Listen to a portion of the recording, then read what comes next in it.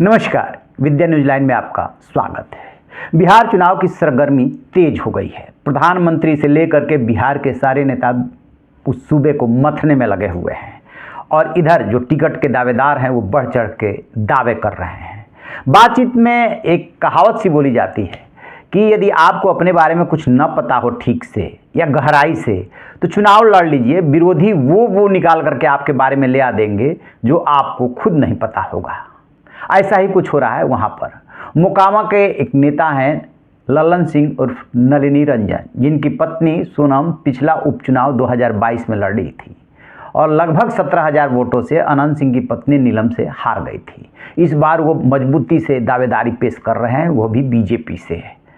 और उधर राजन तिवारी हैं, कभी बाहुबली रहे हैं, अब बाहुबली से भी कहलाने से भी बचना चाहते हैं, समाज सेवी बन रहे हैं। वो नरकटियागंज से मांग रहे हैं, पश्चिमी चंपारण, गोविंदगंज से एक बार वो निर्दलीय 2000 में विधायक रह चुके हैं। दोनों में 36 का आंकड़ा है और दोनों एक दूसरे को पानी पी पी करके कोस रहे हैं। इसी बीच लल्लन सिंह ने वो बात बोल दी है जो सुन करके राजन तिवारी भड़क गए। लल्लन सिंह कह रहे हैं कि श्री प्रकाश शुक्ला जो माफिया डॉन था उसकी मुखबिरी जो है राजन तिवारी ने की थी और खुल के बोल रहे हैं। अभी तक इशारों में लोग बोला करते थे या जो किताब में जिक्र आया है वर्चस्व में, उसमें भी इसकी तरफ इंगित किया गया है, लेकिन ये बात नलिनी रंजन उर्फ लल्लन सिंह ने खुल करके कह दी है। राजन तिवारी कह रहे हैं कि मैं तो उसका नाम लेना भी पसंद नहीं करूंगा, उसकी खुद की नज़दीकी रही है, यानी कि लल्लन सिंह के बारे में वो बोल रहे हैं। अब ये क्या माजरा है?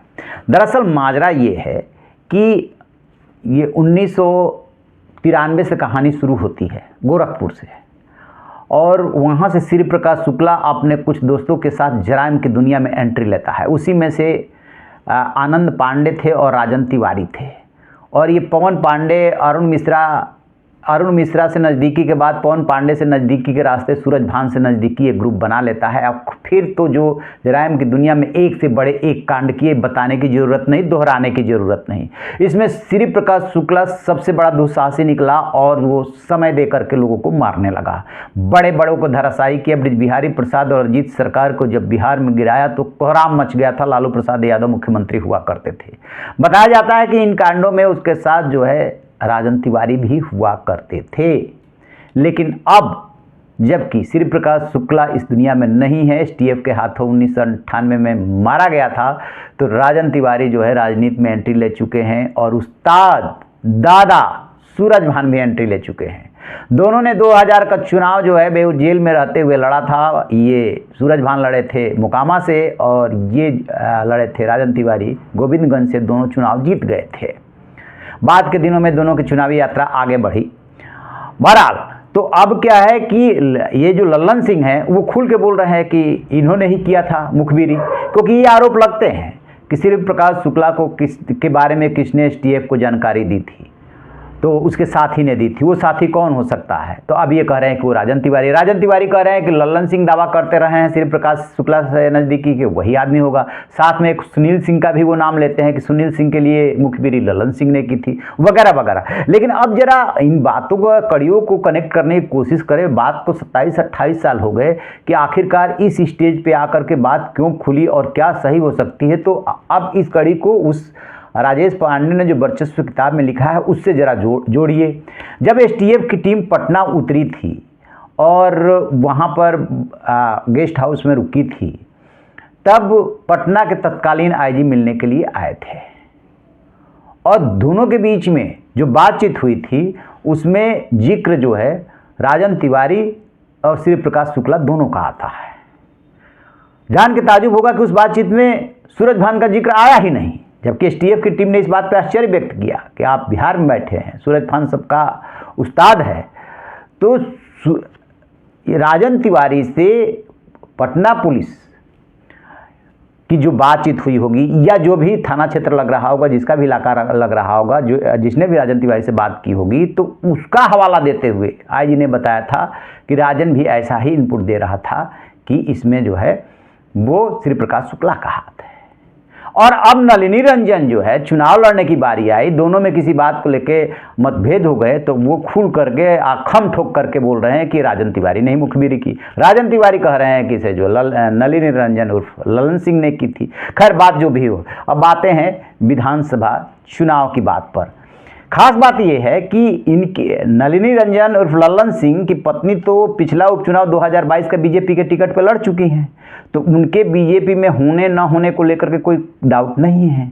लेकिन राजन तिवारी के बारे में ये कहा जाता है कि 1999 में दिल्ली में पकड़े जाने के बाद जब दिल्ली पुलिस ने उनको बिहार पुलिस को हैंड ओवर दिया तो पूछताछ के बाद बिहार पुलिस ने कार्रवाई करते हुए और उन्हें जेल भेज दिया था, और उसके बाद वो लगभग 15 साल तक जेल में रहे थे और 2000 का चुनाव जेल में रहते हुए ही जीते थे। और 2015 में फिर उन्होंने अपने भाई राजू तिवारी को उसी गोविंदगंज से विधायक बनवाया था। बीच का चुनाव चला गया, निकल गया। अब आ गया 2025, तो 2025 में राजन तिवारी अब वहाँ गोविंदगंज से नहीं, अब वो पश्चिमी चंपारण के नरकटियागंज से टिकट मांग रहे हैं, जहाँ से रश्मि वर्मा अभी बीजेपी के विधायक हैं। और साथ में वो ये भी बोलना नहीं भूलते हैं कि मुझे चुनाव तो लड़ना है, बीजेपी टिकट दे या न दे। अब सवाल ये उठता है कि जिसका इतना बड़ा रिकॉर्ड रहा हो आपराधिक, वो बीजेपी में कैसे शामिल हुआ? तो कहा यह जाता है कि 2019 में वो बीजेपी में शामिल हो गए थे। बीजेपी अभी खुल करके तो कुछ नहीं बोल रही है, बीजेपी में शामिल हो गए और अपना वो आरएसएस से भी नाता जोड़ लेते हैं कि कैसे वो सरस्वती शिशु मंदिर से निकले, फिर उनका संघ से कैसे जुड़ाव रहा, फिर बीजेपी से वो कैसे जुड़ गए। और अपने स्वभाव बस ये कहने से बाज भी नहीं आते हैं कि मुझे चुनाव तो लड़ना है, मैंने बहुत समाज सेवा की है, मैंने बहुत मजदूरी की है, उसी मजदूरी का मैं अब उसकी कीमत मांग रहा हूँ। मान लो ऐसे मान लीजिए, उसकी मजदूरी मांग रहा हूँ, जो मजदूरी मैंने की, जो मैंने मेहनत की, उसकी मजदूरी मांग रहा हूँ। मुझे टिकट चाहिए, मुझे हर हाल में चुनाव लड़ना है। तो किस पार्टी से?